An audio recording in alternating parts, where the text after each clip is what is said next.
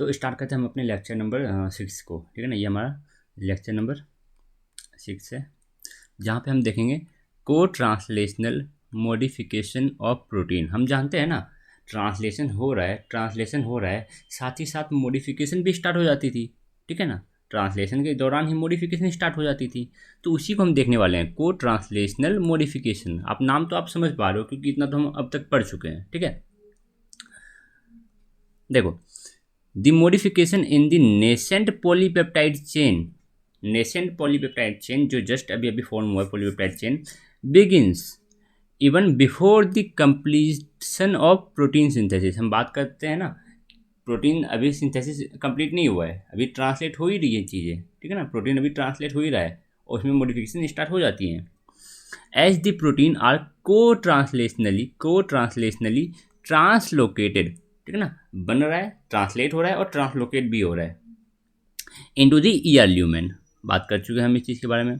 It becomes accessible to processing enzymes that are present इधर in the ER lumen. ठीक है ना, ये तो कुछ एंजाइम्स होते हैं वो ईआर के ल्यूमन में पाए जाते हैं, या तो वो मेम्ब्रेन में होते हैं। ठीक है ना, कहाँ पे?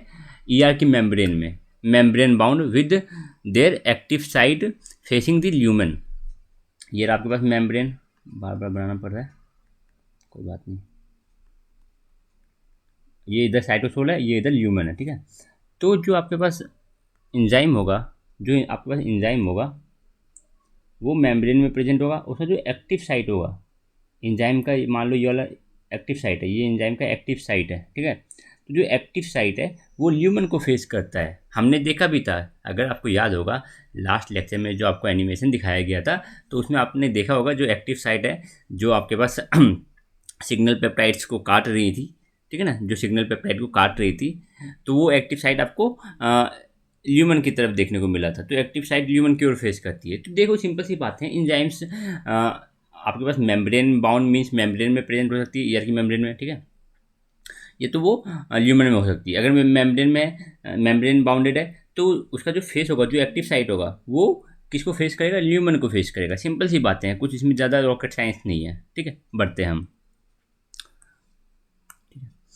The removal of signal sequence and N glycosylation. ठीक है, सिग्नल सीक्वेंस को रिमूव करना और एन ग्लाइकोसाइलेशन आपको बार बार बता रखा है क्या होता है। अकर्स को ट्रांसलेशनली मीन्स ट्रांसलेशन के दौरान ही, ट्रांसलेशन अभी प्रोसेसिंग चल ही रही है। ठीक है, ट्रांसलेशन हो ही रहा है और साथ ही साथ सिग्नल सीक्वेंस को कट कर दिया जाता है और ग्लाइकोसाइलेशन होता है। ठीक है ना, ओलिगोसैकेराइड को जोड़ दिया जाता है प्रोटीन चेन से। ठीक है, पॉलीपेप्टाइड चेन से। बोथ सिग्नल पेप्टिडेज, हम जानते हैं एंजाइम काम करता है सिग्नल पेप्टिडेज, एंड ओलिगोसैकेराइल ट्रांसफरेज। ये एंजाइम मान लो, याद रख लो, सिग्नल पेप्टिडेज तो हमने बहुत बार बात कर लिया ना, सिग्नल पेप्टिडेज क्या करता है हम देख चुके हैं। अब दूसरा एंजाइम याद रख लो, ओलिगोसैकेराइल ट्रांसफरेज। ये क्या करेगा? ओलिगोसैकेराइड को जोड़ेगा पेप्टाइड चेन से। सिंपल सी बातें हैं। ठीक है, is integral membrane enzyme means ये जो दो एंजाइम है, ये मेम्ब्रेन का हिस्सा है। ठीक है ना, ये मेम्ब्रेन का हिस्सा है, ईयर की मेम्ब्रेन का हिस्सा है। ये तो आप बोल सकते हो ये दोनों एंजाइम मेम्ब्रेन से बाउंडेड है। ठीक है, इंटीग्रल मेम्ब्रेन एंजाइम है दोनों। हमने तो बात किया था सिग्नल पेप्टिडेज को, तो हमने देखा भी था ईयर की मेम्ब्रेन पे। ठीक है, तो ओलिगोसैकेराइल ट्रांसफरेज भी मेम्ब्रेन का ही हिस्सा होती है, मेम्ब्रेन में प्रेजेंट होती है, बट उनकी जो एक्टिव साइट है वो ल्यूमन को फेस कर दी होती है। प्रेजेंट क्लोज टू द ट्रांसलोकोन, और दोनों जो एंजाइम है ट्रांसलोकोन के पास ही रहती हैं, ट्रांसलोकोन के आसपास रहती है। क्यों? ट्रांसलोकोन से के थ्रू ही तो हमारे पास प्रोटीन पॉलीपेप्टाइड चेन अंदर आ रही है, और हमें मॉडिफिकेशन कहाँ करना है? पॉलीपेप्टाइड चेन में। तो एंजाइम कहाँ रखोगे एंजाइम्स? ट्रांसलोकोन के आसपास ही रहना चाहिए ना। Both enzymes are abundant as their substrate. Normal सी बात है, जितना ज़्यादा सबस्ट्रेट है उतना ज़्यादा एंजाइम है, दोनों की अबंडेंसी सिमिलर है। ठीक है, ऐसा मान लो, अगर आपको नॉर्मल समझाया जाए, आप मान लो आपने लिया 10 वाटर मॉलिक्यूल लिया। ठीक है ना, अब आप इसको रिएक्ट करवा रहे हो, मान लो कोई एसिड ले लो, HCl। ठीक है, एक HCl लिया आपने। ठीक है, तो बताओ, अगर मान लेते हैं ये हमारा सबस्ट्रेट है, इसके ऊपर HCl एक्ट करेगा, तो सबस्ट्रेट है हमारे पास 10, हमारे पास जो रिएक्ट करने वाला चीज़ है, जो उसके ऊपर एक्ट करेगा वो एक है, तो यहाँ पे सबस्ट्रेट ज़्यादा है, ठीक है, और जो एक्ट करे वो कम है। तो ऐसा नहीं है, मीन्स कि आपका जो अबंडेंस है, अबंडेंस एंजाइम का और सबस्ट्रेट का, एंजाइम जिसके ऊपर काम करते हैं उसको सबस्ट्रेट बोला जाता है, आपको पता है, ठीक है ना। तो सबस्ट्रेट का और एंजाइम का अबंडेंस एक समान ही है, ठीक है ना, दोनों ही अबंडेंट है नेचर में। ऐसा नहीं है कि सबस्ट्रेट बहुत ज़्यादा है और एंजाइम्स बहुत कम है, ठीक है। The other modifications like trimming reactions, addition to GPI anchor, हमने बात कर रखा है जीपीआई एंकर को जोड़ने का, कुछ चीज़ों को ट्रिम करके निकाल दो, जीपीआई एंकर से जोड़ दो, ठीक है ना। और protein folding and quality control R post translational event. ये सारे क्या है, पोस्ट ट्रांसलेशन मीन्स ट्रांसलेशन की प्रक्रिया खत्म हो जाएगी, ट्रांसलेशन पूरा कंप्लीट हो जाएगा, ट्रांसलेशन पूरा कंप्लीट हो जाएगा तब होगा ये चीज़ें, क्या होगी, ट्रिमिंग की जाएंगी, कुछ पार्ट उनका कट करके निकाल दिया जाएगा, ठीक है। जीपीआई एंकर्स को ऐड किया जाएगा, ये हमने बात कर रखा है। प्रोटीन की फोल्डिंग की जाएगी, क्वालिटी कंट्रोल को चेक किया जाएगा, ठीक है। ये सारे कैसे हैं, पोस्ट ट्रांसलेशनल इवेंट है, ठीक है। All these changes are essential for generating a functional protein. ये सारे जो प्रोसेस हैं ये इंपॉर्टेंट है, सो दैट हमारे पास एक फंक्शनल प्रोटीन मिल पाए, जो प्रोटीन फंक्शनलेबल हो, ठीक है ना, जो अपना फंक्शन परफॉर्म कर पाए, एक्टिव प्रोटीन हो हमारे पास। तो बात तो अभी देखो सिंपल सी है कि जो आपके पास को ट्रांसलेशनल मॉडिफिकेशन है, मीन्स ट्रांसलेशन के ट्रांसलेशन भी हो रही है और कुछ मॉडिफाई भी हो रहा है। उसमें दो चीज़ें हैं, एक तो आप पॉलीपेप्टाइड चेन को जोड़ो और सिग्नल सीक्वेंस को रिमूव करो, दोनों चीज़ें हमने एंजाइम देख रखे हैं। देखो, the process of addition of carbohydrate to a protein is called glycosylation, हमने बात कर रखा है इस चीज़ के बारे में भी। And the resultant protein are called glycoprotein. Obvious सी बात है, आपके पास जो प्रोटीन से आप जोड़ रखे हो शुगर को, तो वो ग्लाइकोप्रोटीन कहलाता है। दीज प्रोटीन आर इधर सोल्यूबल प्रोटीन, ठीक है ना, सोल्यूबल प्रोटीन, और एक सेकेंड, और हाँ, तो ये जो प्रोटीन है ग्लाइकोप्रोटीन, जो आपको मिला, जो आपको ग्लाइकोप्रोटीन मिला, प्रोटीन में आपने जैसे कि ओलिगोसैकेराइड ऐड किया, आपको मिला ग्लाइकोप्रोटीन। तो ये जो प्रोटीन है ये सोल्यूबल प्रोटीन है, मीन्स कि ये आपके पास ल्यूमन में पाए जा सकते हैं, ठीक है, ल्यूमन में एंट्री ले सकते हैं, या तो ये क्या कर सकते हैं, मेम्ब्रेन का हिस्सा बन सकते हैं, ठीक है ना, localise to the membrane organelles, तो आप इसको मेम्ब्रेनस प्रोटीन भी बोल सकते हो। तो ये सोल्यूबल नेचर के भी होते हैं और मेम्ब्रेनस नेचर के भी होते हैं, ठीक है। दोनों चीज़ों के बाद तो हमने बात कर रखा है ना, सोल्यूबल प्रोटीन क्या, मेम्ब्रेनस प्रोटीन क्या। सोल्यूबल प्रोटीन जो एंट्री ले ले आपके पास ल्यूमन में, ईआर के ल्यूमन में, ठीक है। मेम्ब्रेनस प्रोटीन मेम्ब्रेन का हिस्सा बन जाती है, ठीक है, membrane of organelle and plasma membrane. Many nuclear and cytosolic protein, ठीक है ना, न्यूक्लियर प्रोटीन और cytosolic protein are also O glycosylated to some extent by cytosolic sugar transferase. देखो, कुछ प्रोटीन है जो न्यूक्लियर प्रोटीन है, जो न्यूक्लियस के अंदर काम में आने वाली प्रोटीन, और जो साइटोसोल की जो प्रोटीन होती है, ठीक है ना। तो कुछ प्रोटीन है जो क्या, जिनमें ओग्लाइकोसाइलेशन भी देखने को मिलता है। ओग्लाइकोसाइलेशन मीन्स ऑक्सीजन एटम के थ्रू कार्बोहाइड्रेट, शुगर का, सिंपल मानते हैं, शुगर का जुड़ना प्रोटीन से थ्रू ऑक्सीजन एटम। हमने बात कर रखा था सेरीन और थ्रियोनिन, ओग्लाइकोसाइलेशन हमने बात कर रखा है, ठीक है ना, ऐसा नहीं है कि आप पहली बार सुन रहे हो। तो ओग्लाइकोसाइलेशन आपके पास ईआर के ल्यूमन में भी होता है, ईआर में भी देखने को मिलता है हमें ओग्लाइकोसाइलेशन, और ये साइटोसोल में भी होता है, ठीक है ना, साइटोसोल में भी होता है ई ग्लाइकोसाइलेशन, साइटोसोल में, समझ रहे हो ना, साइटोसोल। तो साइटोसोल में भी ई ग्लाइकोसाइलेशन देखने को मिलता है। साइटोसोल में जो ई ग्लाइकोसाइलेशन होता है, तो वहाँ पे जो एंजाइम प्रेजेंट होते हैं उसका नाम है साइटोसोलिक शुगर ट्रांसफेरेज। नाम ही बता रहा है, नाम से ही क्लियर है कि साइटोसोल में पाया जाएगा ये वाला एंजाइम, साइटोसोल में पाया जाएगा ये एंजाइम, ठीक है। और ये शुगर को ट्रांसफर करेगा कहाँ पे, प्रोटीन चेन में, पॉलीपेप्टाइड चेन में, ठीक है। तो ये वाला एंजाइम साइटोसोलिक शुगर ट्रांसफेरेज आपको साइटोसोल में देखने को मिलेगा। ईआर के अंदर जो एंजाइम देखने को मिलेगा इस काम के लिए, ईआर में जो ओग्लाइकोसाइलेशन होता है, ठीक है ना, ईआर के अंदर जो ओग्लाइकोसाइलेशन होता है उसके लिए जो एंजाइम है वो अलग है, ठीक है ना, वो अलग है। तो हाँ, ओग्लाइकोसाइलेशन भी हमें कुछ प्रोटीन्स का देखने को मिलता है। In this section you will learn about an glycosylation. हम एन ग्लाइकोसाइलेशन को देखेंगे। आपको पता है एन ग्लाइकोसाइलेशन मतलब क्या? एन यहाँ पे क्या रेफर करता है? एन यहाँ पे अमीनो पार्ट नहीं है, एन पार्ट नहीं है, ठीक है ना। ये हम समझ रहे हैं अमीनो टर्मिनल, इसलिए एन पार्ट, ठीक है। एन एन का मतलब यहाँ पे क्या है? एस्पेराजीन। एस्पेराजीन का 1 लेटर कोड क्या होता है? एन, ठीक है। और 3 लेटर कोड क्या होता है एस्पेराजीन का? ASN। तो एस्पेराजीन के थ्रू पॉलीपेप्टाइड चेन में एस्पेराजीन है, ठीक है ना। पॉलीपेप्टाइड चेन में एस्पेराजीन है, तो एस्पेराजीन के थ्रू कौन जुड़ेगा? कौन जुड़ेगा? ओलिगोसेक्राइड, शुगर मॉलिक्यूल, ठीक है। दिस प्रोसेस इज इनिशिएटेड को ट्रांसलेशनली इन दी ER, ठीक है ना। को ट्रांसलेशनली हो रहा है ये, ठीक है, ER के अंदर हो रहा है, but continues by way of trimming and addition reactions both in the ER and Golgi apparatus. ये स्टार्ट तो हो जाती है कहाँ पे? ये स्टार्ट तो हो जाती है कहाँ पे? हमारे पास ईयर में, ठीक है ना। बट फाइनल आगे भी कुछ इसका ट्रेमिंग होता है, कुछ अदर सबस्ट्रेट को भी ऐड, कुछ अदर केमिकल्स को भी इसमें यूज ऐड किया जाता है, ठीक है ना।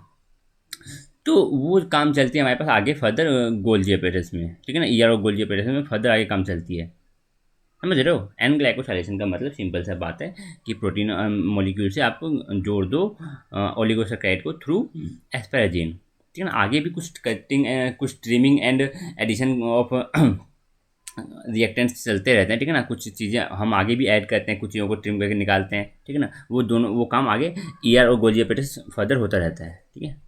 बट जो एन ग्लाइकोसाइलेशन होता है मीन्स आपके पास शुगर मॉलिक्यूल को जोड़ना, वो तो आपके पास हो जाता है कहाँ पे?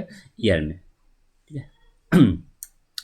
This addition of readymade oligosaccharide, कि ओलिगोसेक्राइड आपके पास पहले से प्रेजेंट है, is a common feature of almost all protein entering the ER lumen, ठीक है ना। लगभग जो सारी प्रोटीन, लगभग सारी, ठीक है ना, ऑलमोस्ट ऑल प्रोटीन जो ईयर के ल्यूमेन में एंट्री ले रही है, उनके साथ क्या होता है? उनके साथ एन ग्लाइकोसाइलेशन होता है, ठीक है ना। उनके साथ एन ग्लाइकोसाइलेशन होता है, मीन्स उनके साथ अटैच कर दिया जाता है किसको? ओलिगोसेक्राइड को, ठीक। 14 शुगर मॉलिक्यूल, 14 मोनोसेक्राइड यूनिट होते हैं, ठीक है। It is the subsequent modification that confers a unique signature to glycoprotein. ये उसको एक यूनिक प्रॉपर्टी देती है, ठीक है। इसके वजह से उसके पास एक यूनिक फीचर आता है, ठीक है। In N glycosylation the oligosaccharide is attach to asparagine residue, हमने बात कर रखा है, ठीक है। Present around the sequence ASN X SER और THR। देखो ASN X SER, ये तो हम बात करें ASN X THR। देखो आपके पास एक पॉलीपेप्टाइड चेन है, आपके पास एक पॉलीपेप्टाइड चेन है, ठीक है। 2 पॉलीपेप्टाइड, एक ही ले लेते हैं, ठीक है ना। इस पॉलीपेप्टाइड चेन में कोई ऐसा सीक्वेंस होगा, कोई ऐसा पार्ट होगा इस पॉलीपेप्टाइड चेन का, जहाँ पे आपको सीक्वेंस क्या देखने को मिलेगा? ये वाला सीक्वेंस देखने को मिलेगा, ठीक है ना। ये सीक्वेंस देखने को मिलेगा इधर पॉलीपेप्टाइड चेन में, जहाँ पे आपको ऐसा सीक्वेंस देखने को मिल जाए, ठीक है ना। एक्स का मतलब यहाँ पे क्या है? एक्स का मतलब कोई भी अमाइनो एसिड, यहाँ पे एक्स कोई भी अमाइनो एसिड हो सकता है, ठीक है ना। एक्स का मतलब यहाँ पे कोई भी अमाइनो एसिड हो सकता है एक्सेप्ट प्रोलीन। प्रोलीन को छोड़ के कोई भी अमाइनो एसिड हो सकता है, ठीक है ना। तो जहाँ पे भी पॉलीपेप्टाइड चेन में जहाँ पे आपको ये वाला सीक्वेंस देखने को मिलेगा, ठीक है ना, ASN X SER, तो वहीं ASN से जुड़ेगा, वहीं के एस्पेराजिन रेसिड्यू से जुड़ेगा कौन? आपका ओलिगोसेक्राइड, ठीक है। ये तो ये वाला सीक्वेंस। तो पॉलीपेप्टाइड चेन में जहाँ पे भी आपको ये दोनों सीक्वेंस देखने को मिल जाएगा, ये दोनों सीक्वेंस ASN X SER, ये तो ASN X THR थ्रियोनिन, ठीक है। जहाँ पे ये दोनों सीक्वेंस आपको देखने को मिलेगी, वहीं इसी सीक्वेंस के एस्पेराजिन रेसिड्यू से इस सीक्वेंस में एस्पेराजिन आपको दिख रहा है, इन दोनों सीक्वेंस में आपको एस्पेराजिन दिख रहा है, तो इसी सीक्वेंस के एस्पेराजिन रेसिड्यू से जुड़ता है हमारे पास ओलिगोसेक्राइड। और हमने बता दिया यहाँ पे एक्स क्या है। एक्स यहाँ पे कोई भी अमाइनो एसिड ले लेना, ठीक है ना, कोई भी अमाइनो एसिड, प्रोलीन, मिथोलिन, ठीक है, थ्रियोनिन, ट्रिप्टोफान, आर्जिनिन, कुछ भी एक्सेप्ट प्रोलीन मत लेना, ठीक है ना। हम जानते हैं प्रोलीन इसे इम्यूनो एसिड, आगे भी हम जान रखे हैं कि ये साइक्लिक स्ट्रक्चर बना रहे थे, वो हमने बात कर रखी है, ठीक है। बस हमें याद रख लेना यहाँ पर प्रोलीन नहीं है एक्स्ट्रा मतलब, ठीक है। तो इस सीक्वेंस में ये जो सीक्वेंस है, इस सीक्वेंस के जो एस्पेरिन रेसिड्यू है, इस सीक्वेंस में जो एस्पेरिन रेसिड्यू है उससे कौन जुड़ जाएगा हमारे पास, ओलिगोसैकेराइड। ठीक है। अब हम बात करेंगे किस चीज़ की, अब हम बात करेंगे synthesis and transfer of core oligosaccharide to the growing polypeptide chain. अब हम बात करते हैं सिंथेसिस एंड ट्रांसफर, किसका सिंथेसिस, ओलिगोसैकेराइड का। Synthesis and transfer of core oligosaccharide to the growing polypeptide chain. जो हमारे पास पॉलीपेप्टाइड चेन बन रही है, जो पॉलीपेप्टाइड चेन हमारी अभी पे अभी क्या हो रही है, ट्रांसलेट हो रही है, ठीक है ना, राइबोसोम के द्वारा जो अभी ट्रांसलेट हो रही है पॉलीपेप्टाइड चेन, समझ रहे हो ना, पूरा प्रोसेस आपके दिमाग में रहना चाहिए। तो अभी हमारे पास चेन, इमेजिन करने की कोशिश करो, तो हमारे पास पॉलीपेप्टाइड की चेन ट्रांसलेट हो रही है। अब हमें क्या करना है, अब हमें एन ग्लाइकोसाइलेशन करना है, ठीक है ना, अब हमें एन ग्लाइकोसाइलेशन करना है, ठीक है। तो हमें क्या करना पड़ेगा, उसके लिए हमें ओलिगोसैकेराइड को बनाना भी तो पड़ेगा, ठीक है, ओलिगोसैकेराइड को बनाना भी तो पड़ेगा। तो हाँ, आ जाओ, ओलिगोसैकेराइड को हम पहले उसकी सिंथेसिस देख लेते हैं कि जिस ओलिगोसैकेराइड को हम प्रोटीन चेन के एस्पेरिन रेसिड्यू से जोड़ने वाले हैं वो बना कहाँ पे, बना कैसे है, ठीक है। तो देखो, the process of N glycosylation can be divided into 2 phases. N glycosylation को की प्रोसेस को आप 2 फेज में डिवाइड कर सकते हो। पहला कि synthesis of oligosaccharide, core oligosaccharide का सिंथेसिस, इसका सिंथेसिस और इसका ट्रांसफर एस्पेरिन रेसिड्यू पे, ठीक है, of the growing polypeptide chain. आ जाओ देखो, सिंथेसिस देखो, ट्रांसफर तो एक स्टेप है, सिंपल सा बोलेंगे हाँ ट्रांसफर कर दिया। सिंथेसिस देखो, सिंथेसिस मल्टी स्टेप प्रोसेस है। The synthesis of oligosaccharide is a multi step process, ठीक है ना। It starts on the cytosolic side, imagine करके चलो, ये आपका ER है, ये ल्यूमन साइड, ये साइटोसोलिक साइड। तो इसका जो सिंथेसिस है, ओलिगोसैकेराइड का सिंथेसिस साइटोसोलिक साइड पे स्टार्ट हो जाती है, ठीक है, start on the cytosolic side of the ER and continues to luminal side, ठीक है ना, बाकी ल्यूमिनल साइड में कंटिन्यू करती है। Following flapping of the lipid bound intermediate, ठीक है ना। देखो मतलब क्या है, मतलब है कि आपने, ये तो लिपिड से बनी है मेम्ब्रेन, कि आपने कुछ तो आपने जो आपके पास शुगर है ये बन चुका था, ठीक है ना, अभी हमारा शुगर कम्प्लीटली नहीं बना हुआ है, ठीक है। अब इसका क्या करोगे, आधा इधर बन चुका है, अब इसको फ्लिप कर दो।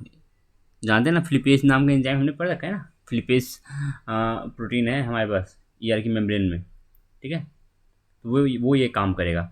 तो ये फ्लिपेज क्या करेगा, इस पूरे इंटरमीडिएट को फ्लिप कर देगा इनर साइड की ओर, ठीक है। तो फ्लिपेज प्रोटीन हमें पता होता है क्या करती है, हमें पहले भी बात कर रखी है इस चीज़ के बारे में, ये नहीं कि आपने बिल्कुल पहली बार सुना है फ्लिपेज प्रोटीन के बारे में, ठीक है ना, बिल्कुल सिंपल सी बातें हैं। देखो, it requires N activated sugar donor, ठीक है ना, एक्टिवेटेड शुगर डोनर की जो शुगर को डोनेट कर सके। अभी आगे प्रोसेस देखेंगे, ये कुछ नहीं है। ये हाइड्रोफोबिक शुगर चाहिए, कैरियर डाइकोलिक फोस्फो पायरोफोस्फेट चाहिए, शुगर ट्रांसफेरेज चाहिए, ठीक है ना। The branched oligosaccharide is assembled step by step on the sugar carrier as describe below. छोड़ो इन सब चीज़ को, अभी हम स्टेप्स में आते हैं, ठीक है ना। सबसे पहली बात समझो, शुगर कैरियर क्या है, शुगर कैरियर क्या है, ठीक है ना। यहाँ पे हम डोलिकोल फॉस्फेट को शुगर कैरियर बोलते हैं। बेसिकली क्या होता है ना, बेसिकली पहला स्टेप देखो, पहला स्टेप क्या है, डोलिकोल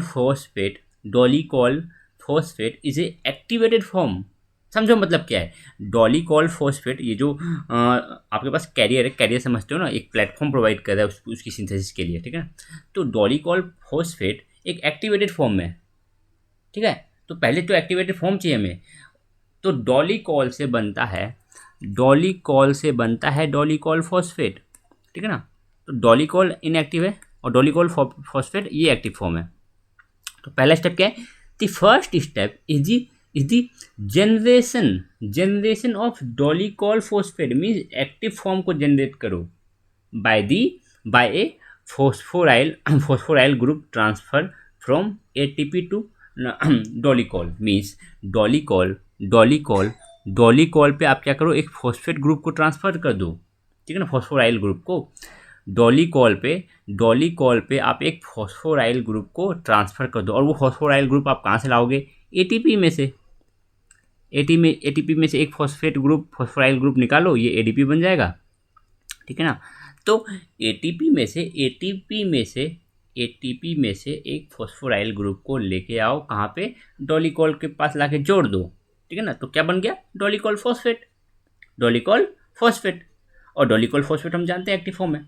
तो सबसे पहले तो हमें क्या करना है, हमारे पास जो कैरियर है, उसका एक्टिवेटेड फॉर्म चाहिए हमें, ठीक है ना। उसको एक्टिवेटेड फॉर्म चाहिए हमें कैरियर का।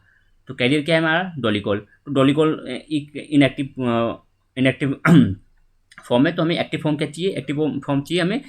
उस पर एक फॉस्फोराइल ग्रुप को ट्रांसफर कर देंगे, कहाँ से लाएंगे फॉस्फोराइल ग्रुप, एटीपी में से। तो सिंपल सी स्टेप्स है, माइंड में रख के चलो, ठीक है ना। वर्ड्स में कुछ नहीं रखा, इमेजिन करो अब चीज़ों को, ठीक है ना। तो हमने क्या बोला, डोलिकॉल था हमारे पास, हमने एक एटीपी को लाया, एटीपी को बोला भाई एक फॉस्फोराइल ग्रुप दे दे मेरे को, और तू एडीपी में कन्वर्ट हो जा। फॉस्फोराइल ग्रुप को हमने बोला तुम डोलिकॉल से अटैच हो जाओ। जैसे ही वो डोलिकॉल से अटैच हुआ तो बन गया dolichol phosphate. Dolichol phosphate is a active form, ठीक है। Now dolichol is an isoprenoid compound firmly embedded in the ER membrane. जो डोलिकॉल है, ठीक है ना, ये आपको देखने को मिलती है ईआर की मेम्ब्रेन में, ठीक है ना। ये आपको देखने को मिलती है ईआर की मेम्ब्रेन में। और डोलिकॉल इज ए, आप इसको सिंपली मान के चलते हो, आप इसको बोल के चलो कि dolichol is a lipid, dolichol is a lipid. आप सिंपल सा बात बोलो कि डोलिकॉल इज ए लिपिड, ये एक लिपिड है, डोलिकॉल इज ए लिपिड, ठीक है। और ये ईआर की मेम्ब्रेन में अटैच होती है, ईआर की मेम्ब्रेन में एम्बेडेड होती है, ठीक है ना। ये लिपिड जो है वो ईआर की मेम्ब्रेन में पाई जाती है, ठीक है। अब देखो, तो दिमाग में रख के चलना कि डोलिकॉल एक लिपिड है, ठीक है ना। आगे भी हम बात करेंगे इस चीज़ के बारे में, जो कि ईआर की मेम्ब्रेन में होती है। तो पहले स्टेप में हम डोलिकॉल को डोलिकॉल फॉस्फेट बना दिए, ठीक है। अगला देखो, the next two step is the transfer of N acetyl glucosamine. अब ऐसा नहीं है कि आपने पहली बार सुना है नाम एन एसिटाइल ग्लूकोसामाइन, 11th-12th में भी आपने बहुत बार नाम सुन रखा होगा, N acetyl glucosamine, N acetyl muramic acid, बहुत बार हमने सुना होगा, ठीक है ना। तो एन एसिटाइल ग्लूकोसामाइन हमारे लिए बहुत सिंपल सी बात है। तो हमारे पास एक मॉलिक्यूल है यूडीपी, यूडीपी से जुड़ा हुआ है N acetyl glucosamine. N acetyl glucosamine को शॉर्टकट में लिखते हैं GLCNAC, ठीक है ना, GLCNAC, एन एसिटाइल ग्लूकोसामाइन, ठीक है। तो हमारे पास यूडीपी यूरिडीन डाइफॉस्फेट, ठीक है ना, यूरिडीन डाइफॉस्फेट। तो अब हमने क्या बोला, अगला स्टेप क्या है कि एन एसिटाइल ग्लूकोसामाइन को कहाँ पे लेके आओ, डोलिकॉल फॉस्फेट में ला के जोड़ दो। हमारे पास अभी क्या है, इमेजिन हमारे पास अभी क्या है, डोलिकॉल फॉस्फेट हमें मिल चुका है, ठीक है ना, डोलिकॉल फॉस्फेट। अब हमें क्या चाहिए कि डोलिकॉल फॉस्फेट पे एन एसिटाइल ग्लूकोसामाइन को ला के जोड़ो। तो एन एसिटाइल ग्लूकोसामाइन आप कहाँ से लाओगे, एन एसिटाइल ग्लूकोसामाइन आप लाओगे यूडीपी एन एसिटाइल ग्लूकोसामाइन से, और यूडीपी क्या है, यूरिडीन डाइफॉस्फेट। देखो यहाँ पे देखो, इधर देखो, इधर यूडीपी से जुड़ा हुआ है GLCNAC, N acetyl glucosamine UDP से जुड़ा हुआ है, यूरिडीन डाइफॉस्फेट, ठीक है। तो हमने क्या बोला कि एन एसिटाइल ग्लूकोसामाइन को लाके जोड़ दो, कहाँ से, हमारे डोलिकॉल फॉस्फेट से। तो हमने किया, डोलिकॉल फॉस्फेट से इसको जोड़ा। इन the first transfer of a sugar phosphate is, अब देखो, अब ऐसा नहीं है कि आप डोलिकॉल फॉस्फेट से हमारे पास क्या है, डोलिकॉल फॉस्फेट, ठीक है ना, हमारे पास क्या है, dolichol phosphate. In the first transfer of a sugar phosphate is transferring from dolichol phosphate, means कि आप डोलिकॉल फॉस्फेट से, देखो अगर दिखाना चाहूँ यहाँ पे, तो अब यहाँ देखो, तो पहले स्टेप की बात हमने क्या करी थी, पहले स्टेप में बोला था हमने क्या कि डोलिकॉल से अटैच कर देना है आपको फॉस्फेट। पहले स्टेप में आपने क्या किया, डोलिकॉल से अटैच कर दिया फॉस्फेट को, डोलिकॉल में, ये हमारा डोलिकॉल है, ठीक है, डोलिकॉल से आपने फॉस्फेट को अटैच कर दिया, ठीक है। अगला स्टेप में हमने क्या बोला कि एन एसिटाइल ग्लूकोसामाइन को ऐड करना है अब, ठीक है ना, एन एसिटाइल ग्लूकोसामाइन को ऐड करना है। तो हमारे पास क्या है, हमारे पास है यूडीपी एन एसिटाइल ग्लूकोसामाइन, और हमें 2 एन एसिटाइल ग्लूकोसामाइन ऐड करने हैं, तो हमें ये पूरा दो चाहिए होगा। 2 यूडीपी एन एसिटाइल ग्लूकोसामाइन चाहिए होगा। क्यों? क्योंकि हमें 2 ऑफ एन एसिटाइल ग्लूकोसामाइन को ऐड करना है। ठीक है, तो एक फॉस्फेट तो हमने पहले ही ऐड कर रखा है ना, एक फॉस्फेट तो हमने एक्टिवेशन के समय पे ही यूज़ कर लिया था। अब अगला क्या करेंगे, अगला हम क्या करेंगे कि एन एसिटाइल ग्लूकोसामाइन को जब हम ऐड करेंगे, 2 एन एसिटाइल ग्लूकोसामाइन को ऐड करेंगे, साथ ही साथ और एक फॉस्फेट भी निकाल लेंगे, मीन्स यूडीपी में से एक फॉस्फेट निकालो। 2 यूडीपी हम यूज़ करें ना, 2 यूडीपी, तो एक यूडीपी में से एक फॉस्फेट निकाला तो क्या बन गया, यूएमपी, यूरिडीन मोनोफॉस्फेट, और दूसरा वाला जो मॉलिक्यूल है उसका यूडीपी ही रहने दो। तो एक फॉस्फेट हमने यहाँ से भी लिया, यहाँ पे हमारे पास 2 मॉलिक्यूल है ना, 2 मॉलिक्यूल है, तो एक फॉस्फेट आप यहाँ से भी ले लो। ठीक है, तो एक फॉस्फेट हमने ले लिया, तो हमारे पास 2 फॉस्फेट हो गया, 2 फॉस्फेट हो गया। अब इससे आप क्या अटैच कर दो, वैसे यहाँ पे डायग्राम में दिखा नहीं रखा है, लेकिन दिखाना चाहिए था, कोई बात नहीं, हम दिखाएंगे। आपने क्या अटैच कर दिया, आपने अटैच आगे दिखा रखा है, हमने अटैच कर दिया यहाँ से एन एसिटाइल ग्लूकोसामाइन। तो एक एन एसिटाइल ग्लूकोसामाइन ये रहा, एक ये रहा, है ना,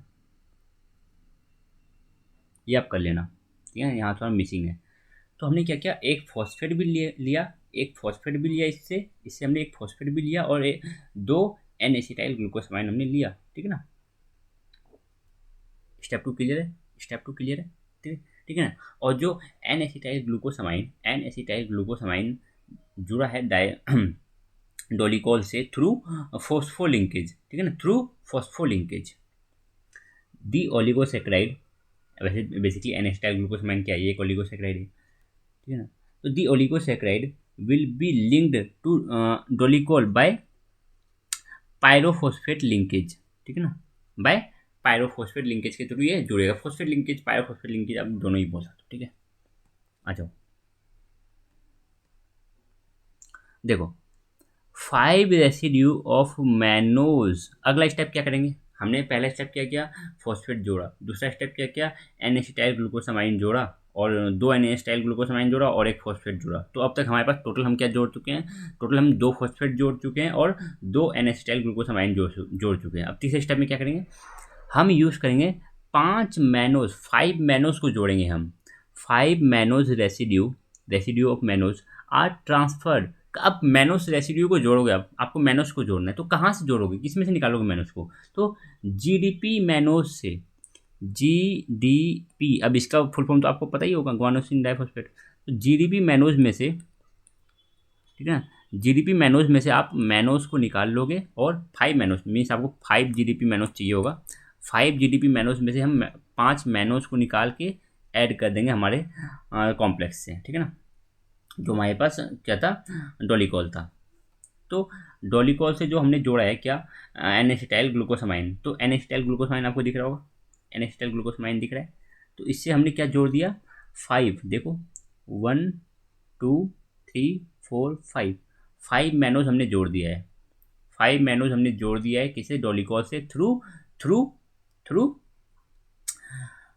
थ्रू आपका क्या है ये आपका एन एसिटाइल ग्लूकोसामाइन। ठीक है ना, थ्रू एन एसिटाइल ग्लूकोसामाइन हमने 5 मैनोस को जोड़ दिया है हमारे डोलिकॉल से। ठीक है ना, तो ये स्टेप भी, थर्ड स्टेप भी कंप्लीट। ठीक है ना, 5 मैनोस को हमने जोड़ा। अब फोर्थ स्टेप पे आ जाओ, दी लिपिड कैरियर हम उसी को बोल रहे हैं। ठीक है ना, डोलिकॉल को ही हम लिपिड कैरियर बोल रहे हैं। डोलिकॉल को हमने बताया, आप लिपिड समझो, डोलिकॉल को लिपिड बोलो कि ये एक लिपिड है। ठीक है ना, लिपिड कैरियर है।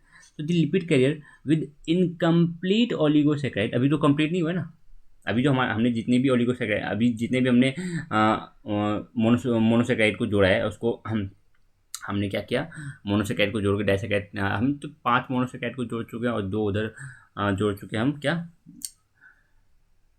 N acetyl glucosamine. तो हम 7 शुगर से लगभग हम जोड़ चुके हैं, 7 मोनोसेक्राइड को हम बोलेंगे कि जोड़ चुके हैं। ठीक है, तो हाँ, तो अभी तो इनकम्प्लीट है हमारा ओलिगोसेक्राइड, अभी इनकम्प्लीट ओलिगोसेक्राइड को जोड़ा है हमने। ठीक है, तो अब इसको क्या करेंगे, अब इसको फ्लिप करने की टाइम आ गया, अब इसको फ्लिप करने का टाइम आ गया। मीन्स जो ये पूरा पोर्शन साइटोसोल की तरफ था, ये जो पूरा पोर्शन साइटोसोल की तरफ था, अच्छा तो इधर दिखाया नहीं गया है।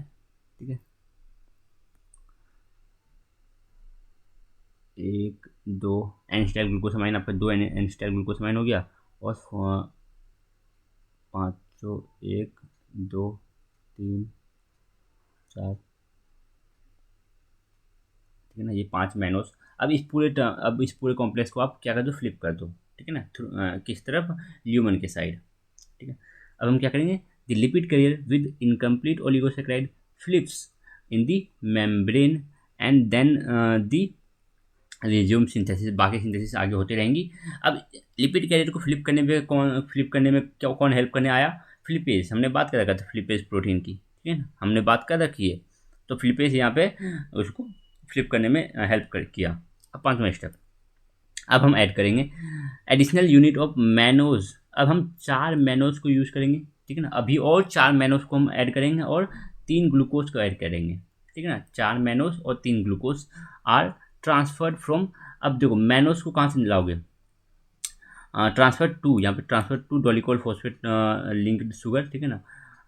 Glucose unit are transferred from UDP glucose, uridine diphosphate, uridine uridine diphosphate glucose से आप ग्लूकोज मॉलिक्यूल को ले लो। कितने ग्लूकोज मॉलिक्यूल को लेना है, 3, मीन्स 3 यूडीपी ग्लूकोज को आपको यूज़ करना है, ठीक है ना। और आपके पास 4 जीडीपी मैनोज, ठीक है ना, 4 जीडीपी मैनोज को यूज़ करो और 4 मैनोज को निकाल लो और 3 ग्लूकोज को निकाल लो, ठीक है। और इसको ऐड कर दो हमारे क्या ओलिगोसैकेराइड चेन से, ठीक है, इनकम्प्लीट ओलिगोसैकेराइड चेन, ठीक है। इसको हमने ऐड कर दिया।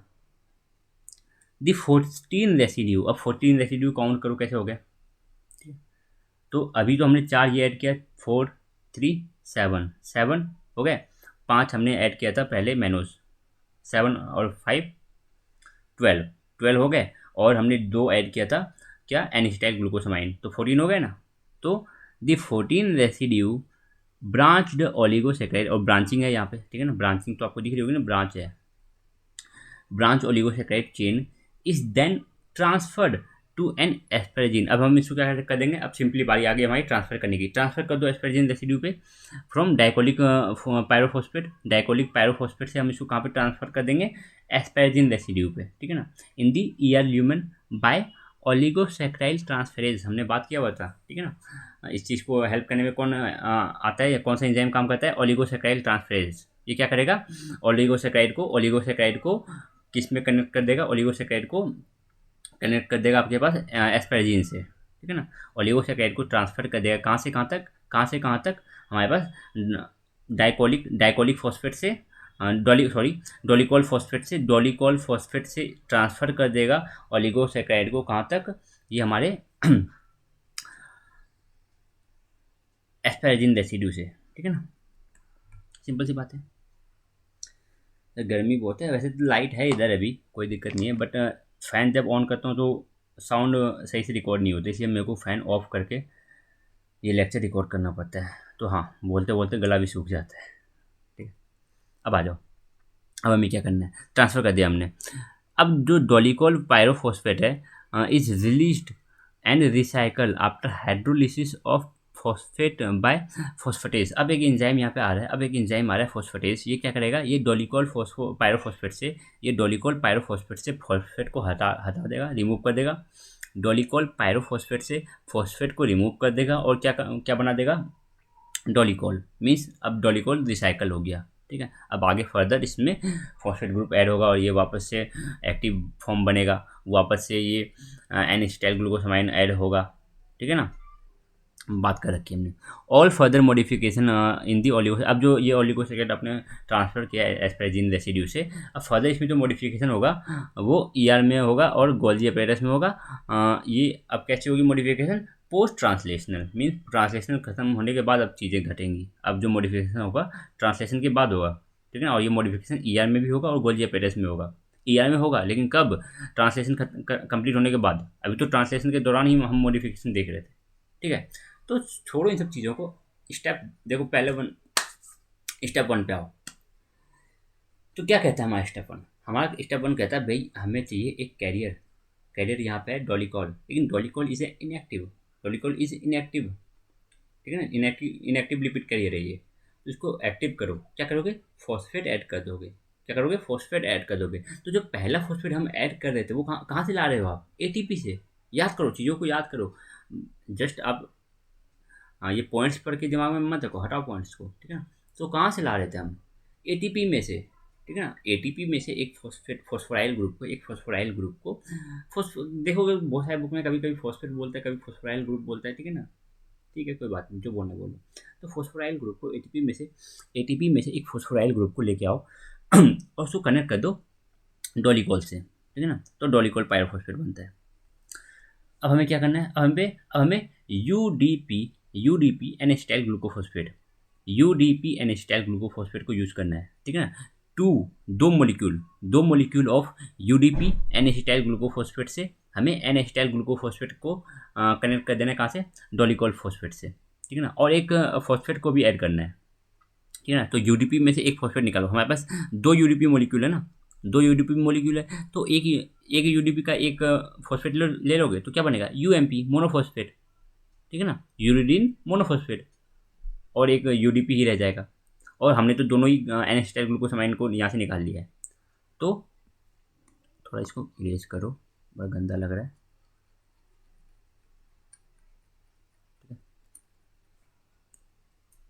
तो देखो हमने यहाँ पे क्या किया, हमने बोला कि यूडीपी टू, दो यूडीपी है ना, तो एक यूडीपी में से एक फॉस्फेट तू मेरे को दे, वो मैंने ऐड कर दिया। देखो दो फॉस्फेट हो गया, पहले एक था, एक दो हो गया, तो यूएमपी बन गया। और यहाँ पे दो यूडीपी है, तो एक तो यूडीपी रहा और एक यूएमपी बन गया, और हमने दोनों ही एन स्टाइल ग्लूकोसामाइन को हमने ऐड कर दिया। यहाँ पे दिखाया नहीं गया, लेकिन आप दिखाओगे, एक दो एन स्टाइल ग्लूकोसामाइन को हमने ऐड कर दिया है, आगे भी एक दो, ठीक है।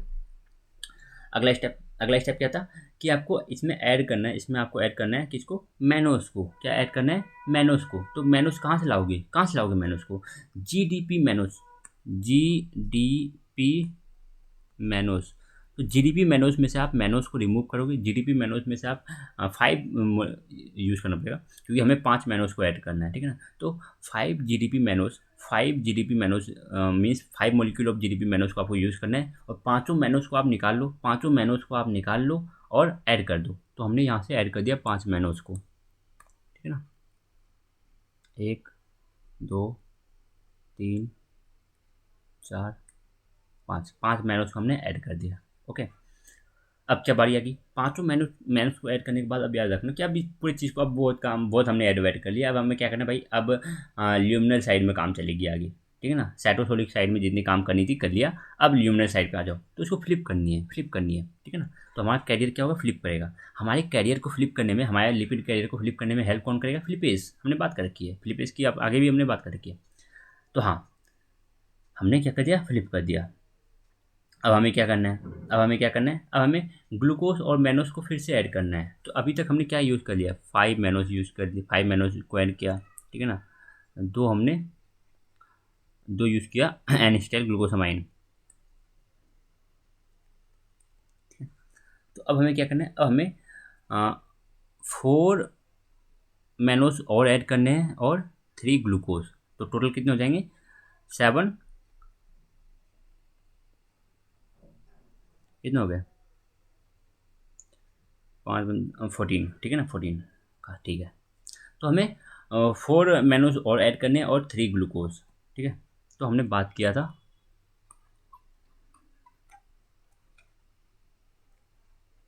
मैनोज तो आप वहीं से लाओगे जहाँ आप पहले यूज करके लाए थे, ठीक है ना। जो लास्ट स्टेप में जो हमने मैनोज को जहाँ से यूज़ किया था वहीं से आप करोगे। हम्म, तो आप क्या यूज़ करोगे मैनोज के लिए, जीडीपी मैनोज हमने पहले भी यूज़ कर रखा है, जीडीपी मैनोज, ठीक है ना। जीडीपी मैनोज हमने पहले भी यूज़ कर रखा है। हाँ, यहाँ पे एक्स्ट्रा याद रख लेना, यूडीपी ग्लूकोज को आपको यूज़ करना है, यूडीपी ग्लूकोज। तो 3 यूडीपी ग्लूकोज से आप 3 ग्लूकोज को निकाल लोगे, और आपके पास 4 जीडीपी मैनोज से आप 4 मैनोज को निकाल लोगे। तो आपके पास टोटल कितने हो गए, 14 रेसिड्यू हो गए, ठीक है ना। आपके पास क्या बच गए, 14 रेसिड्यू ब्रांच ओलिगोसेक्राइड आपके पास मिल गए। अब डायरेक्ट आप क्या करना है, हमें 14 रेसिड्यू तक ही चाहिए था, ठीक है ना। आपको याद रखना है 14 रेसिड्यू आपको कंप्लीट करने हैं। इसके बाद आप ट्रांसफ़र कर देना किस पे, एस्पेरिजिन रेसिड्यू पे, ठीक है ना। तो एस्पेरिजिन रेसिड्यू पे हमने इसको ट्रांसफ़र कर दिया। ट्रांसफ़र करने के लिए ओलिगोसेक्राइड ट्रांसफरेज काम में आता है, हमें पता है, पहले भी बात कर रखी है अभी, ठीक है ना, जस्ट इसी लेक्चर में हमने बात किया। ट्रांसफ़र कर दिया, इसके बाद अब आपके पास क्या बन गया, इसके बाद आपके पास बच गया, ये देखो, हाँ, तो हमने ये फॉस्फेट थोड़े ट्रांसफ़र किया है, हमने ये दोनों फॉस्फेट थोड़े ट्रांसफ़र किया है, तो हमारे पास ये चीज़ें बच गई, इतनी बच गई। देखो ट्रांसफ़र क्या पार्ट किया आपने, ये 14 रेसिड्यू ये पूरा पार्ट आपने ट्रांसफर कर दिया। देखो इधर, देखो देखो, दिख रहा है ना।